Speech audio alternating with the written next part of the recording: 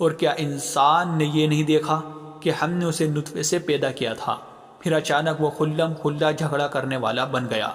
ہمارے بارے میں تو وہ باتیں بناتا ہے اور خود اپنی پیدائش کو بھلا بیٹھا ہے۔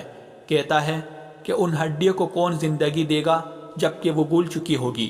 کہہ دو کہ ان کو وہی زندگی دے گا جس نے انہیں پہلی بار پیدا کیا تھا، اور وہ پیدا کرنے کا ہر کام جانتا ہے۔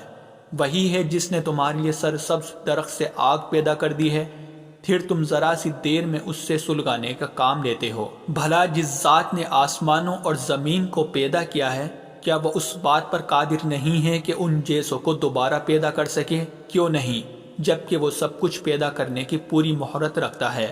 اس کا معاملہ تو یہ ہے کہ جب وہ کسی چیز کا ارادہ کر لے تو صرف اتنا کہتا ہے کہ ہو جا، بس وہ ہو جاتی ہے۔